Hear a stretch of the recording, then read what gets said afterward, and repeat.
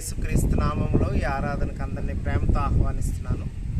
మనం ఉన్న స్థలంలో లేచి నిలబడినట్లయితే మనం చిన్న స్తుతి ఆరాధన చేసుకుంటాం. సమస్త దేశంలారా యెహోవాకు ఉత్సాహధ్వని చేయడి, సంతోషంతో యెహోవాను సేవించుడి, ఉత్సాహగానము చేయొచ్చు. ఆయన సన్నిధికి రండి, యెహోవాయే దేవుడని తెలుసుకొనిడి. ఆయనే మనల్ని పుట్టించిన మనం ఆయన వారం, ఆయన ప్రజలం, ఆయన మేపు గొర్రెలం. కృతజ్ఞత అర్పణములు చెల్లించుచు ఆయన గుమ్మములలో ప్రవేశించుడి. కీర్తనలు పాడుచు ఆయన ఆవరణలో ప్రవేశించుడి. ఆయన స్తుతించుడి, ఆయన నామను గణపరచుడి. యెహోవా దయాళుడు, ఆయన కృప నిత్యముండును, ఆయన సత్యము తరతరములు ఉండును. అత్యున్నత సింహాసనముపై ఆసీనుడగు మా దేవా, అత్యంత ప్రేమ స్వరూపివి నీవే, ఆరాధింతును నిన్నే. అత్యంత ప్రేమ స్వరూపివి నీవే, ఆరాధింతును నిన్నే. ఆహాహా లేలుయా, ఆహాహా లేలుయా, ఆహాహా లేలుయా, ఆమెన్. కృపా సత్య సంపూర్ణుడ స్తోత్రం, కృపతో రక్షించితివే స్తోత్రం. కృపా సత్య సంపూర్ణుడ స్తోత్రం, కృపతో రక్షించితివే స్తోత్రం. నీ రక్తమిచ్చి విమోచించినవే నా రక్షణకర్త స్తోత్రం. నీ రక్తమిచ్చి విమోచించినవే నా రక్షణకర్త స్తోత్రం. ఆహాహా లేలుయా, ఆహాహా లేలుయా, ఆహాహా లేలుయా, ఆమెన్, ఆమెన్. సర్వలోకమును సర్వసృష్టిని ఏకరీతిగా పరిపాలించుచున్న మా పరలోకపు తండ్రి, మీ ప్రశస్తమైన శ్రేష్టమైన విలువైన నామను బట్టి స్తోత్రాలు. గొప్ప దేవుడు, శక్తిమంతుడు, జీవాధిపతువు, సకల జలాచర జీవరాశులన్నింటినీ సృష్టించిన దేవుడు నాయనా, మీకు వేలాది స్తుతులు స్తోత్రాలు ప్రభువా. ఈ క్షణమున దినమున చూడలేక అనేక మంది కాలగర్భంలో కలిసిపోయి ఉంటే మమ్మల్ని సజీవుల రెక్కల క్రింద ఉంచి నీ సన్నిధిలో నిలబెట్టారు. చాలామంది లోకమనే నాశనపు గుంటలో దిగజారిపోయి నీ రక్షణను కోల్పోయి నాయన రక్షణ లేక అనేక మంది ఆయన కుమిలిపోచుంటుండగా మీ రక్షణ భాగ్యాన్ని మాకు ఇచ్చినందుకు మీకు వేలాది స్తుతులు స్తోత్రాలు చెల్లిస్తున్నాం. ఆయన ఈ ఆరాధన ద్వారా మీరే మహిమ ఘనత ప్రభావాలు పొందుకోమని యేసు నామమున అడుగుచున్నాం తండ్రి, ఆమేన్.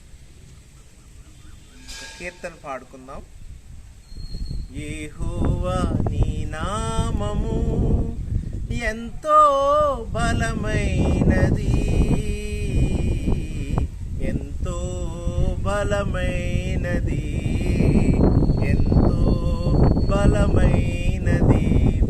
మోషే ప్రార్థించగా మన్నాను కురిపించితివి. మోషే ప్రార్థించగా మన్నాను కురిపించితివి. యెహోషువ ప్రార్థించగా సూర్యచంద్రుల నాపితివి. యెహోషువ ప్రార్థించగా సూర్యచంద్రుల నాపితివి. యెహోవా నీ నామము ఎంతో బలమైనది, ఎంతో బలమైనది, ఎంతో బలమైనది. చెరసాలలో వేసిన సంకెళ్ళు బిగించిన, చెరసాలలో వేసిన సంకెళ్ళు బిగించిన సంఘము ప్రార్థించగా సంకెళ్ళు విడిపోయెను. సంఘము ప్రార్థించగా సంకెళ్ళో విడిపోయెను. యెహోవా నీ నామము ఎంతో బలమైనది, ఎంతో బలమైనది, ఎంతో బలమైనది. పిల్లరా, దేవుని వాక్యం చదువుకుందాం. నా వెనకాల ఈ మాటలు చెప్పండి, మనం అందరం చదువుకుందాం. మత్తయి సువార్తలో 5వ అధ్యాయంలో వ్రాయబడినటువంటి ధన్యతలు 3వ వచనం నుంచి 10వ వచనం వరకు. మత్తయి సువార్త 5వ అధ్యాయము 3 నుంచి 10 వరకు ఉన్న ధన్యతలు నేను చెప్తాను, నా వెనకాల చెప్పండి. ఆత్మ విషయమై దీనులైన వారు ధన్యులు, పరలోక రాజ్యము వారిది. దుఃఖపడువారు ధన్యులు, వారు ఓదార్చబడుదురు. సాత్వికులు ధన్యులు, వారు భూలోకమును స్వతంత్రించుకొందురు. నీతి కొరకు ఆకలి దప్పులు గలవారు ధన్యులు, వారు తృప్తిపరచబడుదురు. కనికరం గలవారు ధన్యులు, వారు కనికరం పొందుదురు. హృదయశుద్ధి గలవారు ధన్యులు, వారు దేవుని చూచెదరు. సమాధానపరచువారు ధన్యులు, వారు దేవుని కుమారులు అనబడుదురు. నీతి నిమిత్తము హింసింపబడువారు ధన్యులు, పరలోక రాజ్యము వారిది. దేవుడు తన పరిశుద్ధ వాక్యం దీవించునుగాక. మనం ఉన్న స్థలంలో కొద్దిసేపు మోకరించి మనం గతంలో చేసిన పాపములను మనం ఒప్పుకుంటూ పశ్చాత్తాపంతో ప్రార్థన చేసుకుందాం. ఇదే సమయంలో దావీదు చేసిన ప్రార్థన జ్ఞాపకం చేసుకుందాం. దేవా, నీ కృప చెప్పున నన్ను కరుణింపుము, నీ వాత్సల్య బాహుల్యము చెప్పిన నా అతిక్రమము తుడిచివేయము. నా దోషము పోనట్లు నన్ను బాగా కడుగుము, నా పాపం పోనట్లు నన్ను పవిత్రపరచుము. నా అతిక్రమము నాకు తెలిసేనవి, నా పాపం ఎల్లప్పుడూ నా ఎదుట ఉన్నది. నీకు కేవలం నీకే విరోధముగా నేను పాపం చేసి ఉన్నాను, నీ దృష్టి ఎదుట నేను చెడుతనం చేసి ఉన్నాను. ఆజ్ఞ ఇచ్చినప్పుడు నీవు నీతిమంతుడిగా ఆగకూడదు, తీర్పు తీర్చినప్పుడు నిర్మడగా ఆగకూడదు. నేను పాపములో పుట్టిన వాడిని, పాపములో నా తల్లి నన్ను గర్భమును ధరించును. నీవు అంతరంగంలో సత్యమును కోరుచున్నావు, ఆంతర్యం నా జ్ఞానం తెలియచేదు. నేను పవిత్రుడగినట్లు ఈ సోపుతో నా పాపము పరిహరించుము. హేమము కంటే తెల్లగా ఉండునట్లు నీవు నన్ను కడుగుము. ఉత్సాహ సంతోషము నాకు వినిపించుము, అప్పుడు నీ విరిచిన ఎముకలు హర్షించును. నా పాపములకు ఎముకడు కమ్ము, నా దోషములన్నింటినీ తుడిచివేయము. దేవా, నా యందు శుద్ధ హృదయం కలుగజేయము. నా అంతరంగంలో స్థిరమైన మనస్సును నూతనముగా పుట్టించుము. నీ సన్నిధిలో నన్ను త్రోసేద్దు ప్రభు, నీ పరిశుద్ధ ఆత్మ నా ఎదురు నుండి తీసివేయి. నీ రక్షణానందం నాకు మరలా పుట్టించి సమ్మతి గల మనసు కలిగేసిన దృఢపరచుము. అప్పుడు అతిక్రమం చేయవారికి నీ త్రోవలను బోధించుదును, పాపులు నీ తట్టు తిరుగుదురు. దేవా, నా రక్షణకర్తకు దేవ రక్త అపరాధం నుంచి నన్ను విడిపించు. ప్రభా, నా నోరు నీ స్తుతిని ప్రచురపరిచినట్లు నా పెదవులను తెరువుము.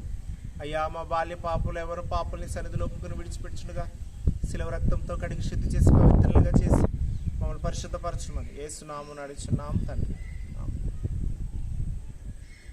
ఈ సమయంలో కొద్దిసేపు విజ్ఞాపన ప్రార్థన చేసుకుందాం. పరిశుద్ధుడైన దేవా, మీకు వందనాలు, స్తోత్రాలు నాయనా. మీకే వేలాది వందనాలు ప్రభు, స్తోత్రాలు నాయనా.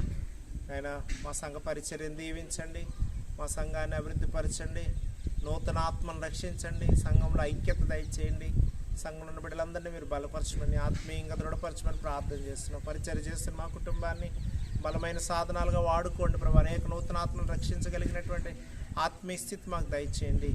అలాగే ప్రభు, మా యొక్క గ్రామాన్ని, మా యొక్క ప్రాంతాన్ని, మా యొక్క రాష్ట్రాన్ని, మా దేశాన్ని మీరు దీవించండి ప్రభు. మా దేశాన్ని అభివృద్ధి పరచండి, ప్రపంచ దేశాల నెమ్మది దయచేయమని ప్రార్థన చేస్తున్నాం.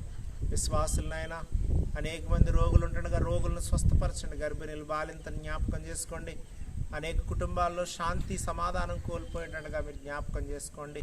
శాంతి సమాధానములు దయచేయండి ప్రభావ. వారు చేసిన వ్యవసాయ, పాడి పనులు, వ్యాపారములు, ప్రభుత్వ ఉద్యోగములు, ప్రైవేట్ జాబ్స్ చేస్తున్న బిడ్డల కొరకు ప్రార్థన చేస్తున్నాం.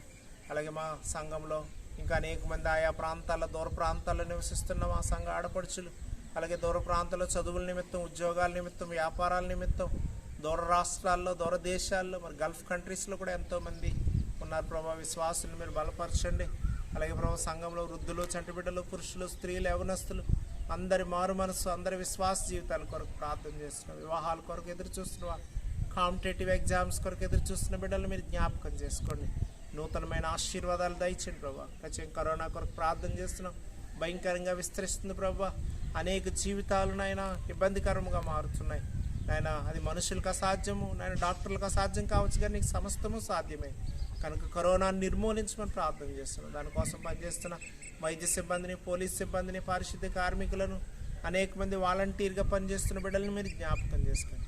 కరోనా నిర్మూలించి ప్రభా ప్రాణాపాయం నుంచి తప్పించండి. అనేక మంది దైవజనులు కూడా ప్రాణాపాయ పరిస్థితుల్లో ఉండగా జ్ఞాపకం చేసుకోండి. విశ్వాసులు కూడా ప్రాణాపాయ పరిస్థితుల్లో జ్ఞాపకం చేసుకోండి. సమాధానపరిచి ప్రభు నిర్మూలించి తిరిగి ప్రభు నీ యొక్క చిత్తాన్ని జరిగించి బలపరచమని యేసు నామమున అడుగుచున్నాం తండ్రి, ఆమేన్.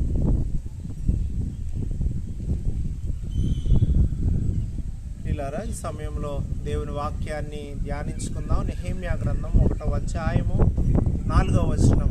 ఈ మాటలు వినినప్పుడు నేను కూర్చుండి ఏడ్చి కొన్ని దినముల దుఃఖముతో ఉపవాసం ఉండి ఆకాశమందలి దేవుని ఎదుట విజ్ఞాపనము చేసింది. ప్రార్థన చేసుకుందాం. యెహోవా మా ఆశ్రయ దుర్గమా, మా విమోచకుడా, నా నోటి మాటలు మా అందరి హృదయ ధ్యానములు మీ దృష్టికి అంగీకారంగా ఉంచి నడిపించమని యేసునామమున అడుగుచున్నాం తండ్రి, ఆమేన్. ప్రభునందు ప్రియులారా, ఈ సమయంలో మరి ఈ భాగంలో నెహెమ్యా యొక్క ప్రార్థన మనము చూస్తూ ఉన్నాం. నెహెమ్యా ఆ మాటలు విన్నప్పుడు 3 అనుభవాలతో ఏ రీతిగా ప్రార్థించాడో మనం చూస్తున్నాం. నెహెమ్యా అనే మాటకు యెహోవా ఆదరించును, యెహోవా వాదార్చును అనే అర్థాన్ని మనము చూస్తూ ఉన్నాం. నెహెమ్యా షూషను కోటలో అర్తహషస్త అనే రాజుగారి దగ్గర గిన్నె అందించే ఉద్యోగం చేస్తూ ఉన్నాడు. ఆ చేస్తున్నటువంటి పరిస్థితులలో హననీయా అనే ఒక వ్యక్తి అక్కడికి వచ్చి చెప్తున్నటువంటి మాటలు విన్నాడు. ఆ విన్న మాటలు ఏంటంటే, యెరూషలేము ప్రాకారములు పడద్రోయబడినవి, గుమ్మములు అగ్నితో కాల్చబడినవి అనే మాట నెహెమ్యాను ప్రభావితం చేసింది. నెహెమ్యా ఆ మాటలు వినగానే అతని జీవితంలో అతను ఏ రీతిగా ప్రార్థించాడు, అతని ప్రార్థనా అనుభవం ఏంటి అనే విషయాలు మనం ఈ యొక్క పరిశుద్ధ దినములో మనము జ్ఞాపకం చేసుకోబోతూ ఉన్నాం. 3 విషయాలు. మొదటిగా నెహెమ్యా ఏడ్చి ప్రార్థించినట్లుగా మనం చూస్తున్నాం. రెండవదిగా చూసినట్లయితే నెహెమ్యా ఉపవాసం ఉండి ప్రార్థించినట్లుగా మనం చూస్తున్నాం. మూడవదిగా నెహెమ్యా ప్రజలు చేసిన పాపము కొరకు పశ్చాత్తాపముతో ప్రార్థించినటువంటి విధానం. 3 ప్రార్థనా అనుభవాలు నెహెమ్యా జీవితంలో మనం చూస్తున్నాం. మొదటిగా మనం చూసినట్లయితే నెహెమ్యా ఏడ్చి ప్రార్థించినటువంటి అనుభవం. నెహెమ్యా దుఃఖముతో ఏ రీతిగా ప్రార్థన చేశాడు, కన్నీటితో ఏ రీతిగా ప్రార్థన చేశాడు. ప్రత్యేకంగా హననీయా అనేటటువంటి వాడు వచ్చి చెప్తున్నటువంటి మాటలు అనేకమైనటువంటి పరిస్థితులు ప్రభావితం చేయబడుతూ ఉన్నాయి. ప్రజల యొక్క శ్రమ, ప్రజల యొక్క నింద, ప్రత్యేకంగా ప్రజలు అనుభవిస్తున్నటువంటి కష్టమును గురించి దేశం కొరకు, దేవుని ప్రజల కొరకు, దేవుని జనాంగం కొరకు అతను చేస్తున్నటువంటి ప్రార్థన, దేవుని ప్రజలు పొందుతున్నటువంటి శ్రమానుభవం గురించి అతను చేస్తున్నటువంటి ప్రార్థన. ఆ ప్రార్థన కన్నీటితో దుఃఖాక్రాంతుడై దేవుని సన్నిధిలో ప్రార్థన చేస్తున్నాడు. ఇప్పుడు కూడా మనం కన్నీటితో చేసిన ప్రార్థన దేవుడు వింటాడు. నిజమైనటువంటి దుఃఖముతో, నిజమైనటువంటి కన్నీటితో ప్రలాపిస్తూ మనం దేవుని ఎదుట మనం ప్రార్థన చేస్తే దేవుడు మనల్ని చూసి జాలి పడతాడు. అందుకే ఆయన కరుణామయుడు, దయామయుడు. నెహెమ్యా చేసినటువంటి ప్రార్థన చాలా గొప్పది. దేవుని ప్రజల కొరకు, దేవుని ప్రజలు పొందుతున్న కష్టముల కొరకు, దేవుని ప్రజలు పొందుతున్నటువంటి నిందల కొరకు ఈ నెహెమ్యా చేస్తున్నటువంటి ప్రార్థన మనం చూస్తూ ఉన్నాం. సమూయేలు మొదటి గ్రంథం 1వ అధ్యాయం 10వ వచనంలో మనందరికీ తెలిసిన విషయం. హన్న ఆ మందిరములో కుమారుడు కావాలని బహుదుఃఖాక్రాంతురాలే దేవుని ఎదుట ప్రార్థన చేసినప్పుడు దేవుడు చక్కటి సమూయేలును అనుగ్రహించాడు. నిజంగా కన్నీటితో, పశ్చాత్తాపంతో, దుఃఖిస్తూ, రోదన చేస్తూ దేవుని ఎదుట మన యొక్క బాధను వెళ్ళగొక్కుంటే దేవుడు ఎలాంటి సమాధానాన్ని మనకు అనుగ్రహిస్తాడో మనం చూస్తాం. హిజ్కియా రాజు కూడా మరణకరమైన రోగం వచ్చినప్పుడు అతను చేసిన ప్రార్థన. రాజుల 2వ గ్రంథం 20వ అధ్యాయం 1వ వచనంలో మనం చూసినట్లయితే, మరి యెషయా అనేటటువంటి ఒక ప్రవక్త వచ్చి ఈ గోడ తట్టు త్రిప్పుకుని తన ముఖాన్ని హిజ్కియా బహు దుఃఖాక్రాంతుడై దేవుణ్ణి అడుగుతున్నాడు. అలాంటి పరిస్థితులు నువ్వు మరణమవుతావు అని చెప్పడానికి వచ్చినటువంటి ఆ ప్రవక్తకు, ఆ యెషయాకు నడిమి మధ్యస్థానంలోనికి వెళ్ళేసరికి నెహెమ్యా ప్రార్థన దేవుడు విని మరలా తిరిగి నీ ఆయుష్ 15 సంవత్సరాలు పొడిగించబడుతుందని చెప్పినటువంటి సందర్భాన్ని మనం ఇక్కడ చూస్తున్నటువంటి పరిస్థితులు మనము చూస్తున్నాం. 2వ వచనంలో 3వ వచనంలో మనం చూసినట్లయితే నీవు కన్నీళ్లు విడిచుట నేను చూచితిని అంటాడు దేవుడు. నీవు కన్నీళ్లు విడిచుట నేను చూచితిని. ఈ ప్రార్థనా అనుభవంలో 5-6 వచనాలకు వచ్చేసరికి అతని కన్నీళ్లు విడువగా అతనికి స్వస్థతను దేవుడిస్తున్నాడు. కనుక కన్నీటితో చేసిన ప్రార్థన స్వస్థత కలిగిస్తుంది. ఈ ప్రస్తుత సందర్భంలో నిజంగా నేను చెప్తున్నాను, ఈ కరోనా పరిస్థితిలో నిజంగా ఎంతమంది దుఃఖంతో కన్నీరు కార్చి ప్రార్థన చేస్తున్నారు, ఎంతమంది భారంతో ప్రార్థన చేస్తున్నారు, ఎంతమంది విసుకక ప్రార్థన చేస్తున్నారు, ఎంతమంది పశ్చాత్తాపంతో ప్రార్థన చేస్తున్నారు. అంటే ఇక్కడ నెహెమ్యా యొక్క బలమైన కన్నీటి ప్రార్థన ఆ ప్రజల యొక్క పరిస్థితి. అక్కడ యెరూషలేము ప్రాకారములు కానీ గుమ్మములు కానీ ఈ పడద్రోయబడడం, కాల్చబడడం అనే దానికంటే కూడా ప్రజలు పొందుతున్నటువంటి శ్రమ, ప్రజలు పొందుతున్నటువంటి కష్టమును నెహెమ్యా దేవునికి చెప్తున్నాడు ఏడుస్తూ. చూడండి, ఏదైనా ఏడుస్తూ చెప్తే మనం ఆ పని చేయడానికి ముందుకు వస్తాం. కనుక దేవుని ఎదుట మన కన్నీరు కార్చాలి. రెండవదిగా చూసినట్లయితే నెహెమ్యా ఉపవాసం ఉండి, కొన్ని దినాలు ఉపవాసం ఉండి ప్రార్థన చేసినట్లుగా మనం చూస్తున్నాం. 1:4 మనం చూసినట్లయితే నేను కూర్చుండి ఏడ్చి కొన్ని దినములు దుఃఖముతో ఉపవాసం ఉండి. పరిశుద్ధ గ్రంథంలో చాలా మంది ఉపవాస ప్రార్థనలు చేశారు, బలమైన ప్రార్థన. అంటే ఇక్కడ ఉపవాస ప్రార్థన అంటే ఏంటంటే దేవుని ఎదుట అన్నీ మర్చిపోయి ప్రజల కొరకు నిజమైనటువంటి ఒక నియమం, ఒక అనుభవము, దేవునితో కలిసి ఉండేటటువంటి స్థితి మనం ఇక్కడ చూస్తూ ఉన్నాం. మోషే 40 రాత్రింపగళ్ళు ప్రార్థన చేసినప్పుడు దేవుడు ఏమిచ్చాడండి? నిర్గమాకాండం 34వ అధ్యాయం 28వ వచనంలో చూసినట్లయితే ఆ నిబంధన వాక్యములను చివరిలో మనం చూస్తే అక్కడ అనగా 10 ఆజ్ఞల ఆ పలక మీద వ్రాసినట్లుగా మనం చూస్తాం. మోషే చేసిన ప్రార్థనకు ప్రతిఫలం ఏంటంటే ఈ ప్రజలను మార్చడానికి, ఈ ప్రజల యొక్క శ్రమను తీర్చడానికి, ఈ ప్రజల యొక్క పశ్చాత్తాపమును దేవుడు నిర్మూలించడానికి, దేవుడు వారికి సమాధానం ఇవ్వడానికి ఆయన చెప్తున్న మాట ఏంటంటే నిబంధన పలకల మీద 10 ఆజ్ఞలను దేవుడు ఇస్తున్నాడు. అంటే ప్రజలను మార్చడానికి. ఈ కరోనా రావడానికి గల కారణం ఏంటంటే మన జీవితాలు మార్చబడడానికి, మన జీవితాలు దేవుని వైపు త్రిప్పబడడానికి, మన జీవితాలు దేవుని యొక్క మాటలను, దేవుని ఆజ్ఞలను గైకొనడానికి. కనుక మోషే చేసిన ప్రార్థన. ఇంకా మనం చూసినట్లయితే సమూయేలు మొదటి గ్రంథం 7వ అధ్యాయంలో మనం చూస్తాం. అక్కడ 5వ వచనంలో మనం చూసినట్లయితే అంతటి సమూయేలు ఇశ్రాయేలీలందరినీ మిస్పాకు పిలువనంపిడి. ఎందుకంటే ఫిలిస్తీన్లతో యుద్ధం జరుగుతుంది.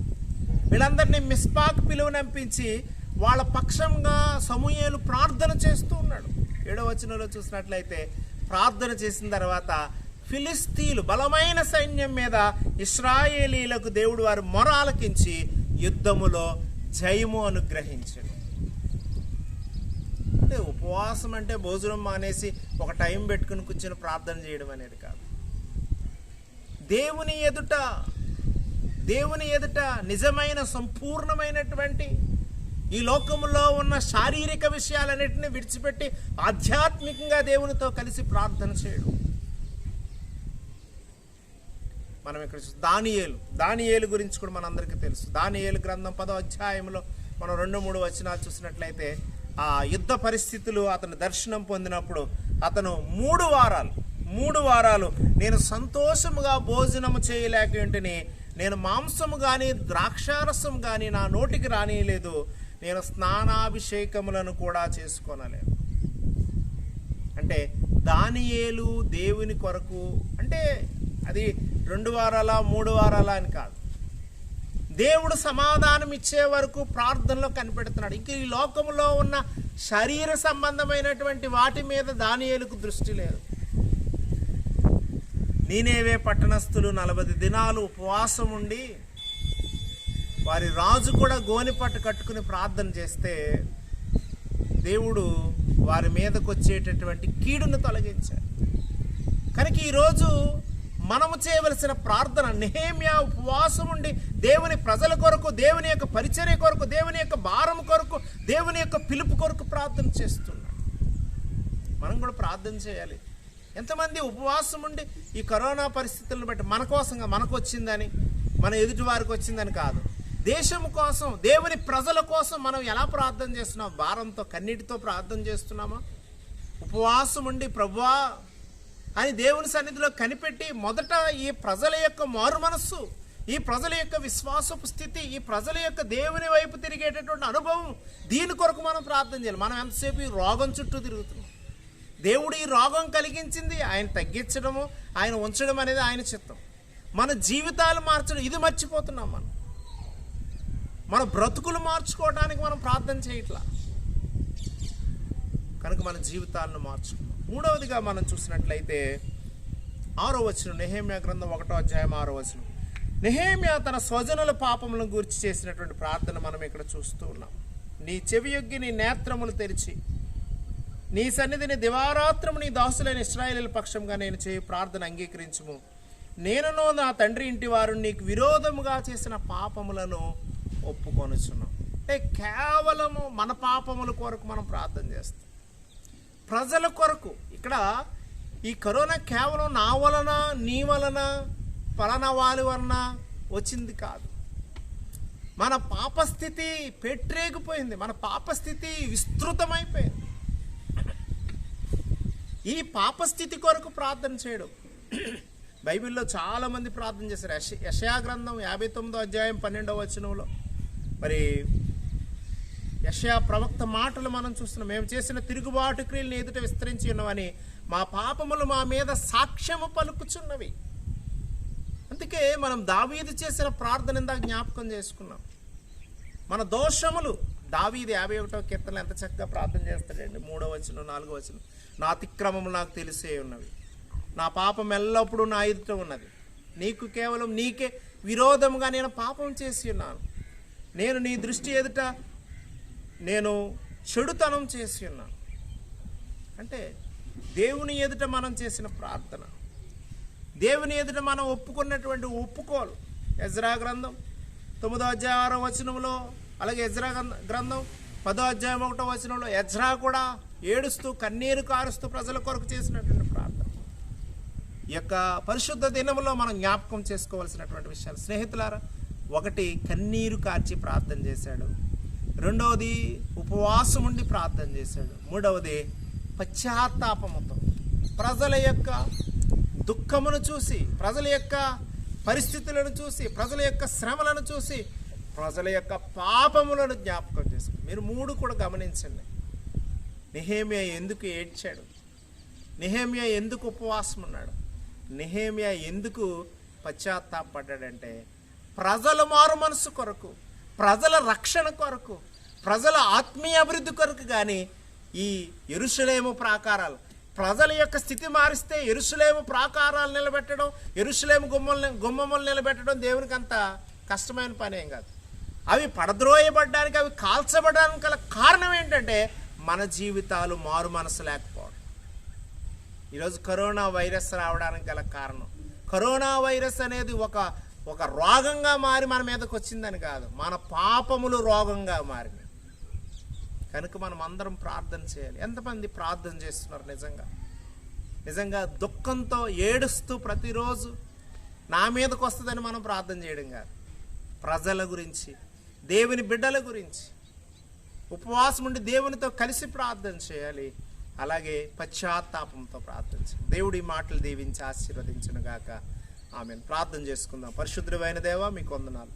ఈరోజు ఈ చిన్న ఆరాధన ద్వారా ఎవరైతే ఇందులో పాల్గొని ఉన్నారో ప్రత్యేకమైన ఆశీర్వాదాలు దయచేయండి, సమాధానము దయచేయండి, విన్న వాక్యము ఫలించుటకు సహాయం దయచేయండి. కృపలో బిడ్డలందరినీ బలపరచమని యేసునామమున అడుగుచున్నాం తండ్రి. ఆమేన్. యేసు రక్తమే జయం, యేసు రక్తమే జయం, యేసు రక్తమునకు సంపూర్ణ విజయం. అపవాది క్రియలకు అనంత నాశనం కలుగును గాక. తండ్రి, కుమార, పరిశుద్ధాత్మను సర్వశక్తి గల త్రియేక దేవుని దీవెన ఈ యొక్క ఆరాధనలో పాల్గొన్న బిడ్డలందరికీ ప్రభు తోడైండి ఆశీర్వదించును గాక. God bless you.